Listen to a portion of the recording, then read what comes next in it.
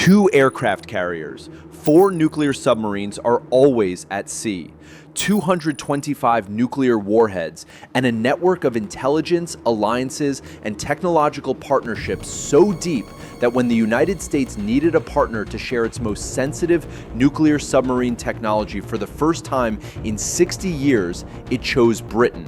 Not China, not Russia, not even close European allies like France or Germany. The partner was a nation of 70 million people that ranks only 6th globally in military power, but punches so far above its weight in strategic influence that it anchors 3 of the world's most exclusive clubs: the Five Eyes Intelligence Alliance, the AUKUS Technology Pact, and permanent membership on the UN Security Council. This is the story of how a mid-sized European power maintains global relevance not through massive armies or unlimited budgets, but through something far more valuable: irreplaceable expertise, century-deep alliances, and the ability to project power anywhere on Earth through a network of relationships no other nation can replicate. Welcome to Britain's strategic formula, where quality beats quantity, partnerships amplify power, and 156,000 troops backed by unmatched alliances make the nation a genuine game changer in 21st century security. Start with the most visible symbol of British power: HMS Queen Elizabeth and HMS Prince of Wales, the 2 largest warships ever built for the Royal Navy at 65,000 tons each. These aren't just aircraft carriers, these are mobile air bases capable of deploying anywhere in the world, carrying up to 40 F-35B Lightning II stealth fighters, conducting sustained operations for months, and serving as command platforms for multinational task forces. According to the 2025 Strategic Defense Review, these carriers form the core of Britain's expeditionary capability, enabling force projection in the Indo-Pacific, the Mediterranean, the Arctic, and anywhere else British interests require a military presence. In 2021, HMS Queen Elizabeth led a carrier strike group to the South China Sea, the first such deployment in decades, demonstrating that British naval power can reach contested waters 7,000 miles from home. But here's what makes this truly strategic. The carriers operate with F-35Bs that integrate seamlessly with American and Allied forces through shared data links, intelligence systems, and weapons.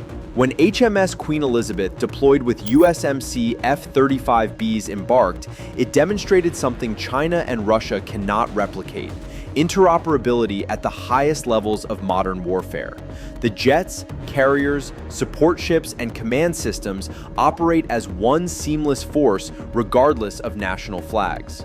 According to Jane's Defense, the Royal Navy maintains 32 major combat vessels, including 2 carriers, 11 submarines, 4 ballistic missile boats, 7 nuclear attack submarines, 6 Type 45 destroyers with world-class air defense, and 13 frigates, 8 Type 23, 5 Type 26 under construction. That's a fleet smaller than China's or Russia's, but technologically superior and globally deployable in ways few navies can match. Here's a number that matters: 1969. That's the last year Britain didn't have a nuclear-armed submarine at sea. For over 56 years, every single day, somewhere in the world's oceans, a British Vanguard-class submarine has been submerged and undetectable, carrying Trident II D5 missiles with multiple nuclear warheads, ready to launch if the homeland faces existential threat. This is Continuous At-Sea Deterrence, CASD, a capability only Britain, France, and the United States maintain. Russia and China deploy ballistic missile submarines, but not continuously. According to the Ministry of Defense, this provides an assured, credible, and independent nuclear deterrent that allows Britain to take the actions required to maintain regional and global security free from the threat of nuclear coercion. The 4 Vanguard-class boats, HMS Vanguard, Victorious, Vigilant, and Vengeance, are being replaced by Dreadnought-class submarines starting in the early 2030s. These next-generation boats will carry the same Trident missiles, but with improved stealth, endurance, and survivability. The program cost approximately £31 billion, representing Britain's commitment to maintaining strategic nuclear capability independent of any other power. This independence matters strategically. While NATO provides collective defense, Britain's nuclear deterrent means London can act unilaterally if national survival requires it. That's a strategic freedom only 8 nations possess, and Britain is the only European nation except France with genuine second strike capability. But Britain's real strategic trump card isn't hardware, it's information. As a founding member of the Five Eyes intelligence alliance with the United States, Canada, Australia, and New Zealand, Britain operates within the world's most comprehensive intelligence sharing network. This alliance originated during World War II and has evolved into seamless cooperation across signals intelligence, human intelligence, cyber operations, and space-based surveillance. GCHQ, Britain's Signals Intelligence Agency, operates alongside America's NSA, sharing collection responsibilities, raw intelligence data, and analytical products in real time. According to Stanford University analysis, Five Eyes has developed joint systems, organizations, and processes for sharing collection responsibilities and intelligence data over decades. What does this mean practically? When British forces deploy anywhere in the world, they have access to American satellite imagery, Australian signals intelligence from Pine Gap, Canadian cyber threat data, and New Zealand maritime surveillance. No other nation, not China, not Russia, not even close European allies, has this level of integrated intelligence access. According to defense analysts, this creates trusted collaboration that survived over 80 years and continues to impact current affairs. The AUKUS submarine pact could only happen between Five Eyes partners because the technology being shared is so sensitive that Washington would only entrust it to its closest intelligence partners. Speaking of AUKUS, announced in September 2021, this trilateral partnership between Australia, the United Kingdom, and the United States represents one of the most significant defense technology agreements since the Cold War.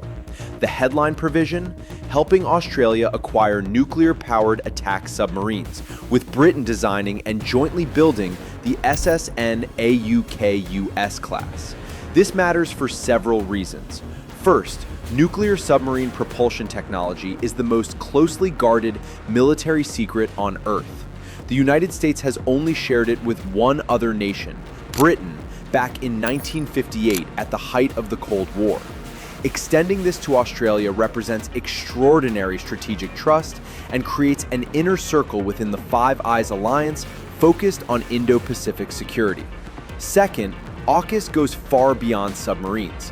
Pillar 2 of the agreement covers artificial intelligence, quantum computing, cyber capabilities, hypersonic weapons, electronic warfare, and advanced manufacturing, essentially pooling the 3 nations' defense research and industrial bases to maintain technological superiority over China.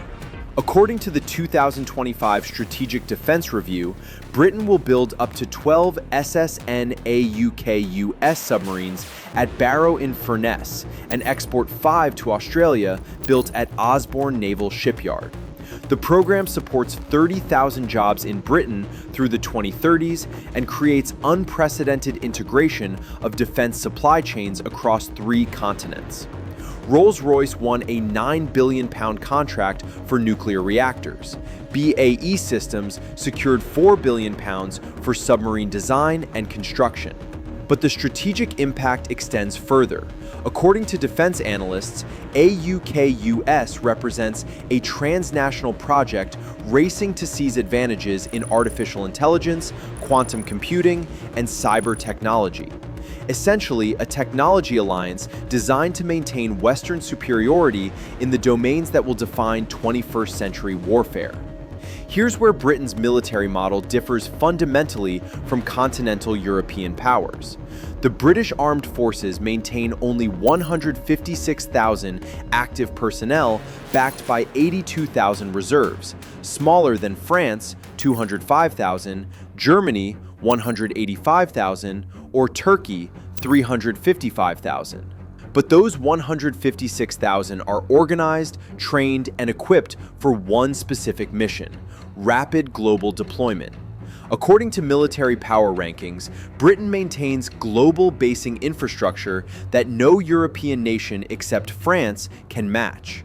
Cyprus, Gibraltar, the Falklands, Diego Garcia, Ascension Island, and rotational deployments to the Middle East, Africa, and Asia create a network of forward positions that enable British forces to deploy globally within days. The Royal Air Force fields 48 Eurofighter Typhoons and 48 F-35B Lightning IIs, a combination providing air superiority, precision strike, and stealth capabilities. Combined with Voyager aerial refueling tankers, C-17 strategic lift, and A-400M tactical transport, the RAF can project combat power across continents. The British Army operates around 227 Challenger 3 tanks, upgraded from Challenger 2, hundreds of Boxer armored vehicles, AS-90 artillery, and Ajax reconnaissance platforms. These aren't designed for territorial defense of British soil. These are expeditionary systems designed to deploy as part of NATO operations, coalition warfare, or unilateral British interventions anywhere on Earth. According to the House of Commons Defense Committee, Britain currently maintains operations in Operation Shader, counterterrorism in Iraq and Syria, since 2014. Operation Prosperity Guardian, Red Sea maritime security against Houthi attacks. NATO enhanced forward presence, leading a multinational battle group in Estonia. Indo-Pacific deployment, carrier strike group operations. Training missions, British Army Training Unit Kenya, Special Forces support globally. This operational tempo, sustained across multiple theaters simultaneously, is only possible because of alliance integration, forward basing, and decades of expeditionary experience from the Gulf War to Afghanistan. But military power ultimately rests on industrial capacity. Britain maintains Europe's second largest defense industrial base after France, anchored by BAE Systems, one of the world's top 10 defense contractors, producing everything from aircraft carriers to electronic warfare systems. According to the September 2025 Defense Industrial Strategy, shipbuilding was identified as a priority industrial capability, where Britain requires varied levels of autonomy to conduct military operations and protect sensitive technologies. Type 26 frigates, Type 31 frigates, and future Type 32 frigates are all under construction or planning, ensuring the Royal Navy's surface fleet remains globally competitive through the 2040s. Rolls-Royce manufactures nuclear reactors for submarines, technology that only America, Britain, France, Russia, and China possess. MBDA produces advanced missiles including CAM air defense, Sea Scepter naval defense, and Storm Shadow cruise missiles. Kinetic leads cyber and electronic warfare development. Thales UK provides radar and sensor systems. This isn't just about building hardware. According to the Strategic Defense Review, Britain is developing a more powerful but cheaper and simpler fleet, incorporating autonomous vessels, AI-assisted decision-making, and hybrid crewed-uncrewed systems, essentially pioneering 21st century naval warfare concepts that other nations will follow. So why is Britain's military a global game changer despite ranking only 6th globally? Because raw rankings miss what actually matters strategically: leverage, access, and irreplaceability. Leverage through partnerships. Five Eyes intelligence dominance, AUKUS technology sharing, NATO leadership, UN Security Council permanent seat, and bilateral defense treaties create force multiplication that raw troop numbers don't capture. Access through geography and history. Global basing from Cyprus to Diego Garcia, decades of combat experience from the Falklands to Afghanistan, and institutional knowledge of coalition warfare make British forces uniquely valuable coalition partners. Irreplaceability through specialization. Nuclear submarine technology, carrier strike operations, signals intelligence capabilities, and expeditionary expertise create dependencies where allies need Britain's specific capabilities. Not just any military, but specifically British military assets and expertise. According to the House of Lords Committee on International Relations, Britain may be a medium-sized regional power in absolute terms, but our commitment to retaining global influence, particularly through our nuclear and maritime capabilities, creates strategic weight disproportionate to population or GDP. When the United States needed an Indo-Pacific partner for the most sensitive nuclear technology transfer in 60 years, it chose Britain. When NATO needs a battle group commander in Estonia, it's British. When multinational carrier operations require a proven platform, HMS Queen Elizabeth leads. That's not coincidence. That's strategic irreplaceability. Could Britain's military defeat China in a war? No.